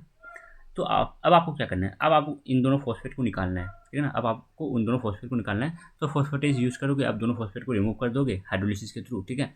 और आपके पास क्या बन जाएगा, डोलिकोल आपके पास वापस से रिसाइकल हो जाएगा, ठीक है ना। और बाकी के जो मॉडिफिकेशन है वो कहाँ पे चलेगी, हमारे पास ER में चलेंगी, पोस्ट ट्रांसलेशनल, ठीक है ना। और गोल्गी अपरेटस में चलेगी पोस्ट ट्रांसलेशन कंप्लीट होने के बाद, ठीक है। आई होप ये सिंपल सी चीज़ें आपको समझ में आई होगी, ठीक है ना। बिल्कुल सिंपल सी चीज़ें हैं, बिल्कुल सिंपल, इतना सिंपल कि इससे सिंपल तो और मेरे को नहीं लगता इससे सिंपल आगे कुछ आने वाला है, ठीक है ना। बहुत सिंपल है ये, ठीक है। तो चीज़ों को थोड़ा दिमाग में स्टेप वाइज बना के चलो, बस रट्टा मत मारो पॉइंट्स को, ठीक है ना। आप इन कितने पॉइंट दे रखे हैं इन्होंने, 8 पॉइंट दे रखे हैं। आप चाहो तो इसको 2-3 पॉइंट में, 5 पॉइंट में इसको आप बता सकते हो। अगर ज़्यादा आप इसको 10 पॉइंट्स में भी बताने को बता सकते हो इस पूरे स्टेप्स को, ठीक है ना। तो पॉइंट्स मैटर नहीं करता, आपको पूरा प्रोसेस याद होना चाहिए, दिमाग में पूरा प्रोसेस याद होना चाहिए, कहाँ कहाँ से कैसे कैसे चीज़ें घटी, ठीक है। चलो आगे हम बात करते हैं, अब हम क्या एन एन लिंक्ड ग्लाइकोसाइलेशन के बारे में, ओके। अब देखते हैं हम एन लिंक्ड ग्लाइकोसाइलेशन, ठीक है। N linked glycosylation, okay. आपको पता है एन लिंक्ड का मतलब यहाँ पे क्या है, ठीक है। एस्पेरिजिन रेसिड्यू से अटैच होना, ठीक है, शुगर मॉलिक्यूल का। N linked glycosylation covers more than 90% of glycosylation that occurs in protein. देखो ग्लाइकोसाइलेशन तो हम जानते हैं वो एन लिंक्ड हो सकता है, ये तो ओ लिंक्ड हो सकता है, पढ़ा है ना हमने, एन लिंक्ड ग्लाइकोसाइलेशन और ओ लिंक्ड ग्लाइकोसाइलेशन। जो एन लिंक्ड ग्लाइकोसाइलेशन है, जितना भी ग्लाइकोसाइलेशन होता है उसका 90% एन लिंक्ड होता है, मीन्स एस्पेरेजिन रेसिड्यू से अटैच होता है हमारा शुगर मॉलिक्यूल, ओलिगोसेक्राइड, ठीक है। ओलिगोसेक्राइड जुड़ा होता है प्रोटीन से थ्रू एस्पेरेजिन रेसिड्यू, इसी को हम बोलते हैं ना एन लिंक्ड ग्लाइकोसाइलेशन। तो जितना भी ग्लाइकोसाइलेशन है, ग्लाइकोसाइलेशन आप समझते हो, तो ग्लाइकोसाइलेशन का 90% एन लिंक्ड ग्लाइकोसाइलेशन हमें देखने को मिलता है, बाकी के 10% हमें ओ लिंक्ड देखने को मिलता होगा, ठीक है। तो एन एन लिंक्ड ग्लाइकोसाइलेशन हमें ज़्यादा देखने को मिल रहा है 90%। The N linked oligosaccharides that are attach cotranslationally consist of 14 sugar, हमने बात भी किया, आगे देखा था हमने भी, अभी जस्ट अभी देखा हमने 14 शुगर होते हैं, ठीक है। The reaction is driven by dolichol lipid, बात किया हमने, which is linked to the precursor oligosaccharide via high energy phosphate bond, ठीक है। जो आपके पास ओलिगोसेक्राइड है, जो आपके पास ओलिगोसेक्राइड है वो किससे जोड़ता है, वो जोड़ता है आपके पास आके आपकी प्रोटीन चेन से, प्रोटीन चेन में एस्पेरिजिन रेसिड्यू से। लेकिन लेकिन जो ओलिगोसेक्राइड है, जो ओलिगोसेक्राइड है वो जुड़ा होता है डोलिकोल लिपिड से, ठीक है ना, थ्रू फॉस्फेट लिंकेज, देखा था हमने। देखो जो आपका ओलिगोसेक्राइड है, ये जो आपका ओलिगोसेक्राइड है ये जुड़ा हुआ है डोलिकोल से थ्रू फॉस्फेट लिंकेज, ठीक है। बट इस केस में देखो यहाँ पे जो आपका डोलिकोल है, सॉरी यहाँ पे जो आपका ओलिगोसेक्राइड है ये जुड़ा हुआ है आपके पास प्रोटीन मॉलिक्यूल से, ठीक है ना, प्रोटीन मॉलिक्यूल से थ्रू एस्पेरेजिन, ठीक है। तो एस्पेरेजिन में भी कहाँ से, एस्पेरेजिन में कहाँ से, एस्पेरेजिन रेसिड्यू से ये कहाँ से जुड़ा हुआ है, नाइट्रोजन से, ठीक है, थ्रू नाइट्रोजन एटम जुड़ा होता है यहाँ पे, ठीक है ना। अब ऐसा तो नहीं है कि आपको इधर कोई फॉस्फेट देखने को मिलता है, ठीक है ना। तो देखो बात करें हम the reaction driven by dolichol lipid which is linked to precursor oligosaccharide. जो डोलिकोल लिपिड है वो जुड़ा होता था ओलिगोसेक्राइड से through high energy phosphate bond, हमने देखा भी था इस चीज़ को, ठीक है। The N glycosylation can be inhibited means N glycosylation की प्रोसेस को आप इनहिबिट कर सकते हो, रोक सकते हो, ठीक है ना, बाय एंटीबायोटिक्स। अब एन ग्लाइकोसाइलेशन मतलब समझ रहे हो ना, तो हम किसको रोकने की बात कर रहे हैं, मीन्स प्रोटीन मॉलिक्यूल से ओलिगोसैकेराइड का जुड़ना, इस चीज़ को हम रोक सकते हैं by using of antibiotics that blocks any of the step of this process. ठीक है ना, इस प्रोसेस के कुछ स्टेप्स को ये रोक सकते हैं। देखो कैसे, two well known studied antibiotics है हमारे पास। एक हमारे पास है बेसिट्रेसिन एंड ट्यूनिकेमाइसिन। ठीक है ना, तो former blocks the recycling of sugar carrier by inhibiting the phosphatase enzyme while the, देखो दूसरे के बारे में बात करेंगे। जो बेसिट्रेसिन है, जो आपके पास बेसिट्रेसिन आपके पास एंटीबायोटिक्स है, ठीक है, ये क्या काम करता है, ये काम क्या करता है, जो आपके पास जो आपके पास जो था, क्या नाम है, डोलिकोल फॉस्फेट। ठीक है ना, डोलिकोल फॉस्फेट का जो रिसाइकल होता था, कैसे होता था कि डोलिकोल फॉस्फेट से वापस से फॉस्फेट को हटा दो फॉस्फेटेज एंजाइम यूज करके। देखा ना अभी अभी ने, जस्ट अभी हमने देखा कि डोलिकोल फॉस्फेट से फॉस्फेट ग्रुप को निकाल देंगे, ठीक है ना, और by the use of phosphatase enzyme, और वो उसको रिसाइकलिंग करते थे। जस्ट देखा था अभी हमने यहाँ पे, ठीक है, इसका रिसाइकलिंग देखा था हमने। ठीक है, तो इस चीज़ को रोक देता है, इस चीज़ को रोक देता है। अब रिसाइकल ही नहीं हो पा रही है, ठीक है ना, आपका डोलिकोल जो आपका डोलिकोल है वो रिसाइकल ही नहीं हो रहा है, वो एक कैरियर मॉलिक्यूल है, वो प्लेटफॉर्म प्रोवाइड करता है ओलिगोसैकेराइड के फॉर्मेशन के लिए। तो ओलिगोसैकेराइड बनना रुक जाएगा, ओलिगोसैकेराइड का फॉर्मेशन में दिक्कत आएगा, तो लिंक क्या होगा, बना ही नहीं तो जुड़ेगा क्या। ठीक है ना, तो एन ग्लाइकोसाइलेशन को रोका जाता है इस तरीके से। दूसरा, while the latter is hydrophobic analog of UDP N acetyl glucosamine and it blocks the addition of first sugar. ठीक है ना, ये पहला शुगर, जैसे पहला हमने क्या जोड़ा था, एन एसिटाइल ग्लूकोसामाइन हमने जोड़ा था ना, एन एसिटाइल ग्लूकोसामाइन पहले हमने शुगर यही जोड़ा था ना, एन एसिटाइल ग्लूकोसामाइन को हमने जोड़ा था यहाँ पे। ठीक है, तो इस प्रोसेस को रोक देता है। ठीक है, एडिशन ऑफ फर्स्ट शुगर तो यही था ना, ठीक है ना, एडिशन ऑफ फर्स्ट शुगर को ही रोक देता है। आगे तुम क्या मैनोज को जोड़ने जाओगे, ग्लूकोज को जोड़ने जाओगे, यहाँ पे एडिशन ऑफ फर्स्ट शुगर ये वाला स्टेप ही ब्लॉक हो जाती है। ठीक है ना, ये वाली स्टेप ही ब्लॉक कर देता है। ट्यूनिकेमाइसिन, ठीक है ना, तो ट्यूनिकेमाइसिन कौन सा स्टेप ब्लॉक करता है, addition of first sugar to dolichol phosphate. ठीक है,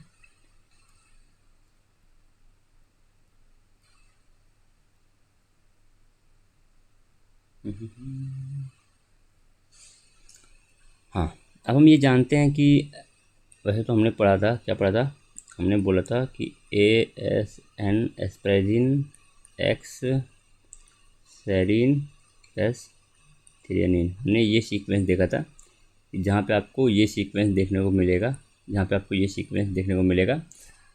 वहाँ पे एस्पेरिन के थ्रू जुड़ जाएगा हमारे पास ग्लाइकोप्रोटीन, हमारे पास जुड़ जाएगा ओलिगोसैकेराइड। ठीक है ना, यहाँ से हमारे जुड़ेगा ओलिगोसैकेराइड।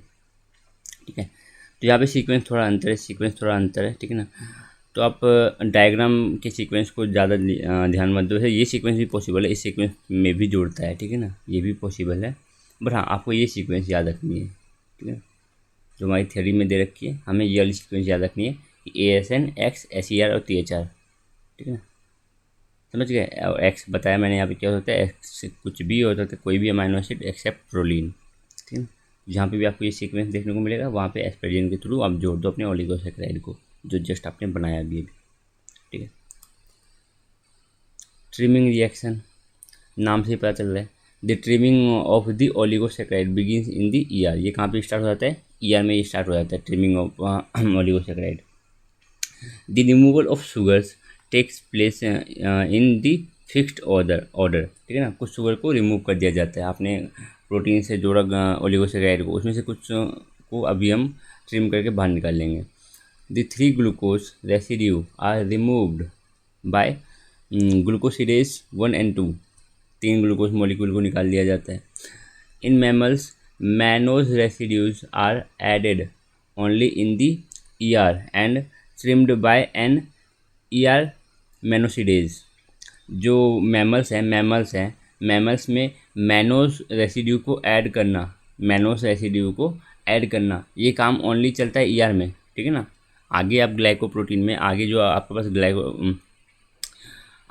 पास ग्लाइकोप्रोटीन बन गया, वो जब एंट्री ले लेगा आपके पास गोल्जी बॉडी में, तो वहाँ पे आप कोई मैनोज का एडिशन नहीं करोगे, ठीक है ना। जो भी आप मॉडिफिकेशन करोगे आगे, तो मैनोज का एडिशन नहीं करोगे। In case of mammals mannose का एडिशन ओनली ये कहाँ पे चलती है हमारे पास, ईआर में, ठीक है।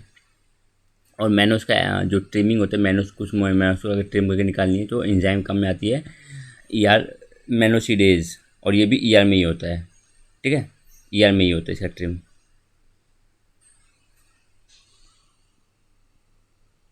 The number of mannose residue removed is variable. अब कितने मैनोज रेसिड्यू को आप निकालोगे, ये वेरिएबल है, मीन्स आप एक को भी निकाल सकते हो, दो को भी, डिफरेंट मैनोज रेसिड्यू को निकाला जाता है, ठीक है ना। ये कोई फिक्स नहीं है कि हाँ दो ही मैनोज रेसिड्यू निकलेंगे, ठीक है, ये वेरिएबल है। As the enzyme attacks the first mannose with ease and the next three much more slowly. पहला जो मैनोज रेसिड्यू निकलता है वो बड़े इजीली निकल जाता है, ठीक है ना। जो एंजाइम है आपके पास ईआर मैनोसिडेज, ये पहले मैनोज रेसिड्यू को निकालेगा तो बड़े इजीली निकाल देगा। बाकी अगले जो 3 मैनोज रेसिड्यू को निकालने की कोशिश करेगा वो थोड़ा स्लो प्रोसेस होगा, ठीक है ना। वो थोड़ा स्लो प्रोसेस होता है, थोड़ा क्या, ज़्यादा ही स्लो होता है, ठीक है, ज़्यादा ही स्लो होता है कंपेरिजन टू जैसे आपने फर्स्ट मैनोज रेसिड्यू को निकाला, ठीक है। तो इसलिए बोला जा रहा है कभी पहला वाला तो मैनोज रेसिड्यू बड़ी इजीली निकल गया। बाकी के आगे जो आप मैनोज रेसिड्यू निकालने जाओगे, हो सकता है कभी एक ही निकले, कभी 2 निकल जाए, ठीक है, कभी 3 निकल जाए, ठीक है। तो वेरिएबल है कि कितने मैनोज रेसिड्यू को रिमूव किया जाएगा, ट्रिम किया जाएगा, ये वेरिएबल है। ग्लूकोज के लिए हम याद करेंगे कि हाँ 3 ग्लूकोज रेसिड्यू को हम ट्रिम करते हैं by the use of glucosidase 1 and 2, ठीक है ना। एंजाइम है हमारे पास, एंजाइम याद रखना है, ठीक है। एंजाइम सिंपल सी बातें याद रखनी है, ट्रिमिंग कहाँ होती है ये बातें याद रखनी है, सिंपल सी चीज़ें हैं। हाँ, ट्रिमिंग का मतलब पता होना चाहिए आपको क्या चीज़ है।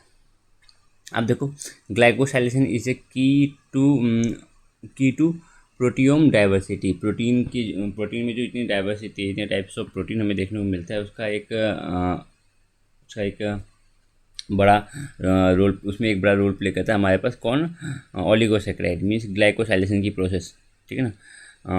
प्रोटीन मॉलिक्यूल से ओलिगोसेक्राइड का जुड़ना, ठीक है ना। ये प्रोटीन मॉलिक्यूल को डाइवर्सिटी प्रोवाइड करता है, बहुत सारे प्रोटीन मॉलिक्यूल, ठीक है ना। मान लो कोई एक प्रोटीन मॉलिक्यूल है आपके पास एक्स, ठीक है ना, एक प्रोटीन मॉलिक्यूल है जिसका नाम है एक्स, मान लिया हमने, ठीक है। अब मैं बोलता हूँ, अब इस प्रोटीन मॉलिक्यूल से मैं जोड़ दूँ एक ओलिगोसेक्राइड को, ठीक है ना। अब सेम प्रोटीन मॉलिक्यूल एक्स, ये भी प्रोटीन मॉलिक्यूल एक्स है, दोनों सेम प्रोटीन मॉलिक्यूल है, इससे मैं जोड़ूंगा ग्लाइको प्रोटीन को, ठीक है ना। सेम ओलिगोसेक्राइड को जोड़ रहा हूँ, इससे भी मैं सेम ओलिगोसेक्राइड को जोड़ रहा हूँ जो अभी हमने जस्ट इधर जोड़ा, ठीक है ना। बट पोजीशन में अंतर है, ठीक है ना, पोजीशन में अंतर है। अब क्या कर सकते हैं, सेम प्रोटीन मॉलिक्यूल ले लो, सेम प्रोटीन मॉलिक्यूल एक्स, ठीक है ना। इससे मैंने डिफरेंट ओलिगोसेक्राइड जोड़ दिया, ये जो ओलिगोसेक्राइड जोड़ा मैंने ये अलग है, ओडेस, ये ओलिगोसेक्राइड अलग है बाकी दोनों से। तो देखो प्रोटीन मॉलिक्यूल तो हमारे पास सेम ही है, तीनों ही प्रोटीन मॉलिक्यूल एक जैसे ही है, तीनों प्रोटीन मॉलिक्यूल एक ही है, समान ही है, ठीक है, तीनों एक ही है। बट जैसे जैसे आप उसमें ग्लाइकोसाइलेशन कर रहे हो, तो अब जो ये ग्लाइकोप्रोटीन बना, ये तीनों में डिफरेंस है, ये तीनों डिफरेंट टाइप ऑफ ग्लाइकोप्रोटीन आपको देखने को मिल रहा है, ठीक है ना। तो वही बोला जा रहा है कि प्रोटीन ग्लाइकोसाइलेशन की वजह से डाइवर्सिटी मिलती है किसमें, प्रोटीन्स को, ठीक है। प्रोटियोम डाइवर्सिटी के बारे में हम देखते हैं। Glycosylation is one of the most common modifications that increases proteome diversity, ठीक है ना, सिंपल सी बातें हैं। Structurally glycosylation is highly complex due to micro heterogeneity in the site of glycan attachment और glycan structure। देखो ये बातें तो थोड़ी सी अलग लिखी गई है, ऐसा तो होना नहीं चाहिए। Structurally glycosylation is highly complex, no, glycosylation is a process, तो प्रोसेस का स्ट्रक्चर देख रहे हो, ठीक है ना। Structurally glycosylation is highly complex, ये क्या मतलब हुआ, glycosylation is not highly complex structurally, ठीक है ना। Glycosylation it is a process का क्या आप स्ट्रक्चर देखोगे, स्ट्रक्चर हम किसका देखते हैं, किसी मॉलिक्यूल का स्ट्रक्चर देखते हैं। स्ट्रक्चर देखना है तो प्रोटीन का स्ट्रक्चर देखो, ग्लाइकोप्रोटीन का स्ट्रक्चर देखो, ओलिगोसैकेराइड का स्ट्रक्चर देखो, किसी प्रोसेस का स्ट्रक्चर ये क्या होता है, ठीक है। तो यहाँ पे हम थोड़ा सा अपने हिसाब से चीज़ों को ठीक करेंगे।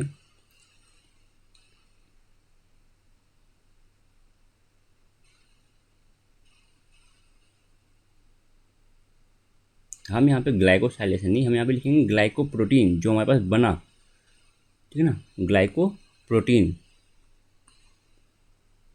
ग्लाइकोप्रोटीन, ठीक है ना। जो ग्लाइकोप्रोटीन बना मीन्स प्रोटीन में जैसे आपने ऐड किया ओलिगोसैकेराइड को, जो हमें ग्लाइकोप्रोटीन देखने को मिला, उसका जो स्ट्रक्चर है वो हाईली कॉम्प्लेक्स है, highly complex due to micro heterogeneity means छोटी सी डिफरेंस, स्मॉल डिफरेंस आती है। क्यों? In this site of glycan attachment और ग्लाइकन स्ट्रक्चर, ठीक है। देखो प्रोटीन तो मैंने तो यही एग्जांपल लिया, तीनों प्रोटीन में ये सब चीज़ें जो सेम है, चीज़ें जो सेम है, डिफरेंस कहाँ पे आ रही है, स्मॉल डिफरेंस कहाँ पे आ रही है, इस पॉइंट पे, इन पॉइंट्स पे डिफरेंस आ रही है, ठीक है ना। वही बोला जा रहा है कि highly complex due to micro heterogeneity in the site of glycan attachment, जहाँ से आपके पास ओलिगोसैकेराइड अटैच है वहाँ पे आपको क्या देखने को मिलती है, स्मॉल डिफरेंस देखने को मिल रहा है, ठीक है ना, माइक्रो डिफरेंस देखने को मिल रहा है ग्लाइकन स्ट्रक्चर में, मीन्स आपके ओलिगोसैकेराइड के स्ट्रक्चर में। ओलिगोसैकेराइड ये ओलिगोसैकेराइड, ये ओलिगोसैकेराइड अलग है, दोनों ओलिगोसैकेराइड अलग है हो सकते हैं, ये तो इनका पोजीशन अलग हो सकता है, ठीक है ना।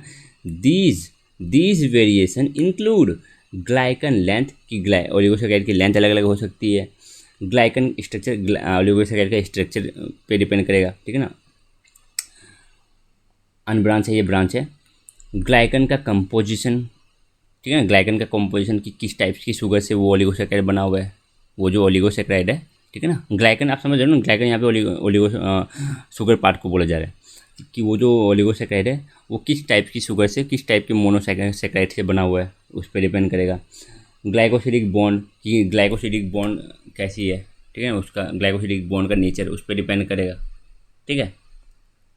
तो समझ रहे हो ना कॉम्प्लेक्स क्यों हो गई चीज़ें, ठीक है ना। ग्लाइकोप्रोटीन की जो स्ट्रक्चर है, स्ट्रक्चरली ग्लाइकोप्रोटीन हमारे पास इतनी कॉम्प्लेक्स क्यों बनती जा रही है, ठीक। सिग्निफिकेंस ऑफ ग्लाइकोसाइलेशन, ये थोड़ा इंपॉर्टेंट हो जाता है, ठीक है ना। We are only beginning to understand the importance of extensive glycosylation, इतना ग्लाइकोसाइलेशन हो ही क्यों रहा है, ठीक है ना। Our current understanding of sugar code is limited, अभी तक हम जितना जानते हैं कि शुगर क्या, जो शुगर अटैच हो रहा है प्रोटीन मॉलिक्यूल से, वो क्या कोड कर रहा है, क्या काम करता है, वो हमारा अभी जो हमारे अंडरस्टैंडिंग है, जितनी अभी तक हमने समझ ली है, वो बहुत कम है अभी, ठीक है ना। Some of the way by which glycosylation में यूजफुल इज इंक्लूडेड, कुछ जो हमारे पास यूजफुल तरीका आया, मीन्स जो ग्लाइकोसाइलेशन करने का जो कुछ बेनिफिट हुआ वो हमें अभी कुछ पता है हमें, ठीक है। ग्लाइकोसाइलेशन करने का कुछ बेनिफिट अभी हमें पता है, बाकी ये भी खोजे जा रहे हैं, ठीक है ना। ग्लाइकोसाइलेशन का क्या फ़ायदा है, ठीक है ना। तो ये भी हमने कुछ जाना है और कुछ अभी भी स्टिल हम जानने की कोशिश कर रहे हैं क्यों हो रही है, ठीक है? अभी तो हम बहुत कम जानते हैं। देखो glycosylation prevents aggregation of nation polypeptide since attachment of glycan increases solubility, हमने पहले भी बात कर रखी है कि जैसे ही आप प्रोटीन मॉलिक्यूल से आप ओलिगोसैकेराइड मीन्स सैकेराइड पार्ट जोड़ते हो, ठीक है, तो उसकी सोल्यूबिलिटी को बढ़ाता है, ठीक है ना, सोल्यूबिलिटी को बढ़ाता है। अगर सोल्यूबिलिटी नहीं बढ़ती तो वो एग्रीगेट कर जाता, तो एग्रीगेशन को ये प्रिवेंट कर रहा है, एग्रीगेशन को प्रिवेंट कर रहा है। कैसे? जैसे ये जुड़ेगा ओलिगोसैकेराइड, जैसे ही जुड़ेगी प्रोटीन मॉलिक्यूल से तो उसका सोल्यूबिलिटी बढ़ता ही, हमें पहले से पता है। सम प्रोटीन सच एज हेमैग्लूटिनिन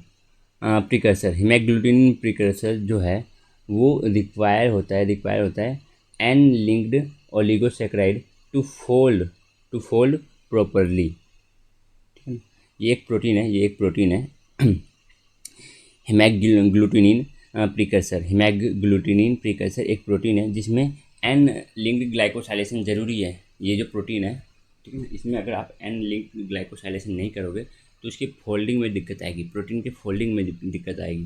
तो सिंपल सी बातें हमें नहीं समझी कि प्रोटीन के फोल्डिंग में हेल्प करता है, प्रोटीन के फोल्डिंग में हेल्प करता है, प्रोटीन को फोल्ड होने में हेल्प करता है, ठीक है ना। and linked glycosylation helps in the folding of protein। Simple सी बातें हैं। एग्जाम्पल के तौर पे आपके पास एक प्रोटीन का नाम दे दिया गया है हेमैग्लूटिनिन, ठीक है, हेमैग्लूटिनिन प्रिकर्सर, पूरा नाम इसका हेमैग्लूटिनिन precursor. They confer targeting signal to some protein like addition of mannose 6 phosphate, ठीक है ना, mannose 6 phosphate residue serve as lysosomal targeting signal। किसी प्रोटीन को मान लो हमें बताना है कि उसको लाइसोसोम की ओर टारगेट करनी है, ठीक है ना, कि उस लाइसोसोम में चल जाओ, ठीक है। अब इस काम को करने में हेल्प करेगा हमारे पास कौन, शुगर पार्ट, ठीक है ना। तो मैनोज 6 फॉस्फेट रेसिड्यू जो है, ठीक है ना, जो ऑलिगोसैकेराइड जुड़ी हुई है, तो मैनोज 6 फॉस्फेट वो एज ए सिग्नल काम करेगा और उस प्रोटीन मॉलिक्यूल को टारगेट करेगा किसी और लाइसोसोम की ओर, ठीक है। एक second. Similarly GPI anchor are apical targeting signal. हम जानते हैं GPI anchor is a glycolipid, GPI anchor is a glycolipid. तो GPI एंकर क्या काम करता है, ये प्रोटीन को टारगेट करता है सेल सरफेस की ओर। हमने बात किया हुआ इस चीज़ के बारे में। GPI एंकर प्रोटीन को सेल सरफेस की ओर लेके जाता है। तो GPI एंकर सिग्नल के तौर पे काम कर रहा है और ये प्रोटीन को टारगेट करता है कहाँ पे, सेल सरफेस पे, ठीक है। GPI anchor is a glycolipid, ठीक है ना। GPI anchor is not a protein, it is a glycolipid. तो शुगर पार्ट तो है ना, तो हाँ देखो, the removal of terminal sialic acid आप जानते हो, ठीक है ना। The removal of terminal sialic acid residue from the circulating plasma glycoprotein. देखो इस चीज़ को हम इधर से समझते हैं, ये थोड़ा सा कॉम्प्लेक्स दे रखा है, ठीक है ना, इधर समझो। When sialic acid residue are removed from glycoprotein, ठीक है ना, ग्लाइकोप्रोटीन मीन्स ये प्रोटीन हिस्सा हो गया और ये शुगर पार्ट हो गया। तो शुगर पार्ट से आपको क्या रिमूव करना है, sialic acid residue. Sialic acid it is A amino sugar, ठीक है ना।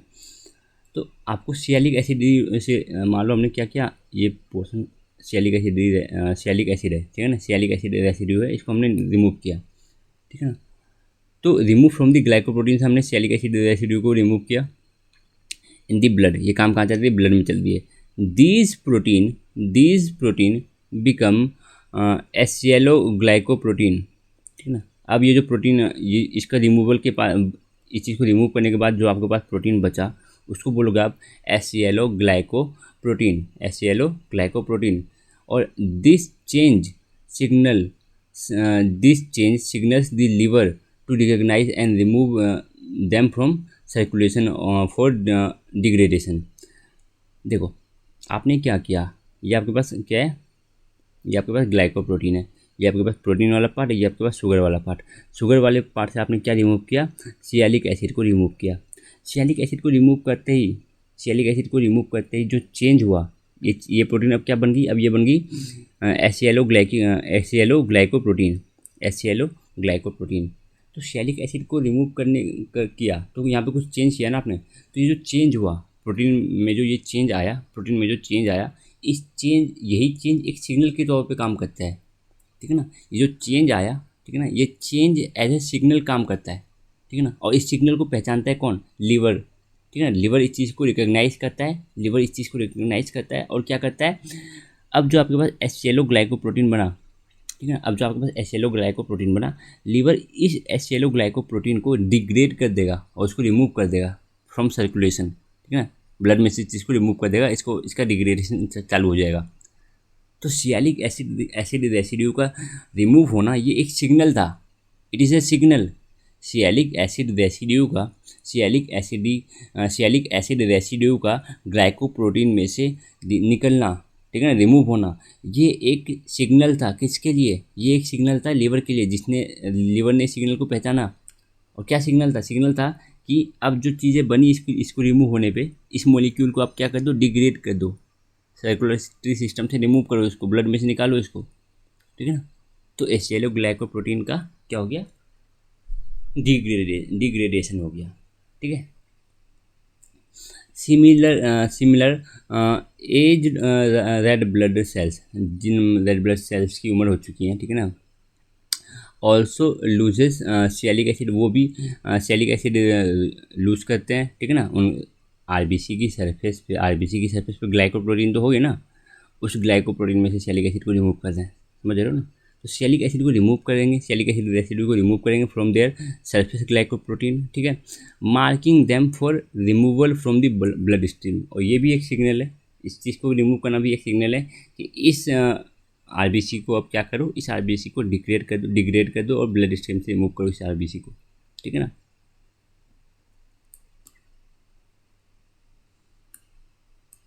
तो removal of sialic acid from glycoprotein, it is A signal. तो हाँ, सिग्नल के तौर पे काम करता है।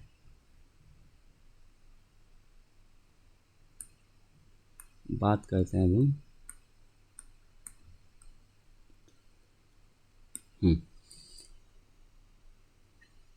the presence of specific arrangement of sugar on protein facilitate cell addition. अब देखो प्रोटीन शुगर मॉलिक्यूल का प्रेजेंट होना, ठीक है ना, शुगर मॉलिक्यूल का प्रेजेंट होना शुगर प्रोटीन के ऊपर, और पूरा जो ग्लाइकोप्रोटीन बना अब वो सेल सरफेस पे होती है, और ये सेल के एडिशन में हेल्प करती है, सेल टू सेल एडिशन में हेल्प करती है, ठीक है ना।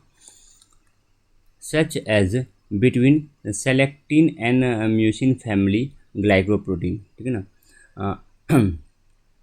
Selectin is a family of cell adhesive molecule, selectin is a family of cell adhesive molecule and mucin is a family of glycoprotein, ठीक है ना। Mucin is a family of glycoprotein, selectin is a family of cell adhesion molecules, ठीक है। लैक्टिन्स are, वैसे तो हाँ छोड़ो, इसको आगे देखेंगे, पर तो ये समझो कि सेलेक्टिन और जो म्यूसिन फैमिली है, selectin family and mucin family, selectin and family और म्यूसिन फैमिली, इन ये आपस में क्या करती हैं, ये सेल को एडिशन करने में हेल्प करती हैं, सेल एडिशन में हेल्प करती है। म्यूसिन फैमिली हमने बता दिया, mucin is a family of glycoprotein and selectin is a family of cell adhesion molecule, ठीक है। तो शुगर के ऊपर तो आपके पास जो सेल है, सेल के ऊपर प्रेजेंट है ग्लाइकोप्रोटीन का एक हिस्सा है शुगर। तो ग्लाइकोप्रोटीन में मीन्स प्रोटीन में शुगर का स्पेसिफिक अरेंजमेंट होता है, ठीक है ना। ऐसा नहीं कि प्रोटीन में कहीं से भी कैसे भी जुड़ जाओ, प्रोटीन से शुगर का जुड़ना एक स्पेसिफिक अरेंजमेंट के थ्रू, ठीक है, ये किस चीज़ को फैसिलिटेट करता है, ये हेल्प करता है सेल एडिशन में, ठीक है ना। लैक्टिन्स आर प्रिमिटिव प्रोटीन्स, लैक्टिन्स बहुत प्रिमिटिव टाइप के प्रोटीन्स होते हैं, ठीक है ना। That reads the sugar code, क्या होता है, जो लैक्टिन्स होता है वो जाके जोड़ता है शुगर से, ठीक है ना। लैक्टिन प्रोटीन है, लैक्टिन जाके जोड़ता है शुगर से, शुगर के किसी स्पेसिफिक स्ट्रक्चर से जाके जोड़ता है, शुगर के किसी स्पेसिफिक पार्ट से जाके जोड़ता है, ठीक है ना। और ये उसको पहचानता है उस रीजन को, ठीक है ना। एक शुगर है, आपके पास एक शुगर है, ठीक है ना, ओलिगोसैकेराइड मान के चलो, तो उसके एक किसी स्पेसिफिक पार्ट से जाके जोड़ेगा, तो उस पार्ट को पहचानता है, ठीक है। इसलिए हम बोलते हैं ये शुगर कोड है, मीन्स ये शुगर को पहचान सकता है, ठीक है। शुगर में किसी एक स्पेसिफिक पार्ट को ये जाके पहचानता है और उससे जाके जुड़ जाता है, ठीक है। अब क्वालिटी कंट्रोल के बारे में देखो। The misfolded protein are distinguish from properly folded protein, जो प्रॉपरली फोल्डेड प्रोटीन है और जो मिस फोल्डेड प्रोटीन है, उन दोनों के बीच में डिस्टिंग्विश कर सकते हैं हम कैसे, presence of glucose in the former, ठीक है ना। जो आपके पास मिस फोल्डेड प्रोटीन है, ठीक है, समझ रहे हो, जो आपके पास मिस फोल्डेड प्रोटीन है उसमें ग्लूकोज रेसिड्यू, उसमें जो ग्लूकोज रेसिड्यू होगा, ठीक है ना, उस ग्लूकोज रेसिड्यू बताता है, ठीक है ना, कि ये मिस फोल्डेड है या प्रॉपरली फोल्डेड है। तो जी presence of glucose molecule on misfolded protein, इसकी हेल्प से हम पहचानते हैं कि हाँ, इसकी हेल्प से हम इसको डिस्टिंग्विश करते हैं किससे, प्रॉपरली फोल्डेड वाले प्रोटीन से, ठीक है ना। एक ऐसा प्रोटीन जो प्रॉपरली फोल्डेड है, ठीक है, और एक ऐसा प्रोटीन जो मिस फोल्डेड है, जो गलत तरीके से फोल्ड हो गया है, ठीक है ना। तो इस पर प्रेजेंट होगा ग्लूकोज मॉलिक्यूल, उसकी हेल्प से हम दोनों के बीच में डिस्टिंग्विश कर पाते हैं, ठीक है। Some membrane protein are anchored to plasma membrane by glycolipid. हाँ, हमने इसी बार ये वही है हमारे पास GPI, ग्लाइकोसाइल फॉस्फेटिडाइल इनोसिटोल, ठीक है ना। कुछ जो प्रोटीन है वो हमारे पास GPI एंकर से जुड़े होते हैं और वो प्लाज्मा मेम्ब्रेन से जुड़े होते हैं, हमने बात कर रखा है इस चीज़ के बारे में, ठीक है।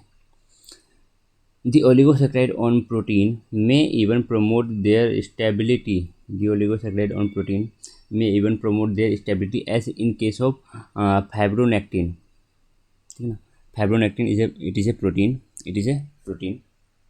तो फाइब्रोनेक्टिन से जुड़ा हुआ है हमारा कौन, ओलिगोसैकेराइड, ठीक है ना। फाइब्रोनेक्टिन से हमारे पास जुड़ा हुआ है ओलिगोसैकेराइड, और ये जो ओलिगोसैकेराइड है ये फाइब्रोनेक्टिन को की स्टेबिलिटी को प्रमोट करता है कि फाइब्रोनेक्टिन कितना स्टेबल है। देखो समझो, मतलब आगे देखो, आगे से समझ में आएगा। The non glycosylated version of fibronectin, कि फाइब्रोनेक्टिन का वो वर्जन जिसमें भी ग्लाइकोसाइलेशन नहीं हुआ है, मीन्स जिससे हमने ओलिगोसैकेराइड को नहीं जोड़ा हुआ है, ठीक है ना। फाइब्रोनेक्टिन से अभी मान लो हमने फाइब्रोनेक्टिन इज ए प्रोटीन, इससे अभी हमने ग्लाइकोप्रोटीन को, इससे अभी हमने ओलिगोसैकेराइड को नहीं जोड़ा है, ठीक है ना। तो इसका डिग्रेडेशन हो जाता है प्रोटीएजेस एंजाइम के द्वारा, ठीक है ना।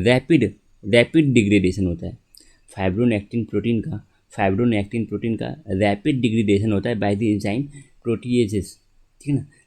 लेकिन जब फाइब्रोनेक्टिन प्रोटीन से जुड़ जाएगा हमारे पास कौन, ओलिगोसैकेराइड, तो ये इसको स्टेबिलिटी प्रोवाइड करेगा। अब इसका जो डिग्रेडेशन है वो स्टॉप नहीं होगा, बट वो स्लो हो जाएगा, स्लो डिग्रेडेशन होगा अब यहाँ पे, ठीक है ना। तो ये इसको थोड़ा स्टेबिलिटी प्रोवाइड कर रहा है, ठीक है। तो हमारे पास एक प्रोटीन, हमें सिंपल सी बात याद रखनी है कि ओलिगोसैकेराइड प्रोटीन्स को स्टेबिलिटी भी प्रोवाइड करता है। हमारे पास एक एग्जांपल दे दिया गया है फाइब्रोनेक्टिन प्रोटीन का, कि फाइब्रोनेक्टिन प्रोटीन अगर इसका ग्लाइकोसाइलेशन नहीं करोगे तो ये रैपिड डिग्रेडेशन होगा बाय द एंजाइम प्रोटीएजेस, ठीक है ना, बाय द एंजाइम प्रोटीएजेस, ठीक है। बट जैसे ही आप इसका ग्लाइकोसाइलेशन कर दोगे, मीन्स आप इससे ओलिगोसैकेराइड को ला के जोड़ दोगे, तो इसका जो डिग्रेडेशन है वो स्टॉप तो नहीं होगा, बट हाँ वो स्लो हो जाएगा,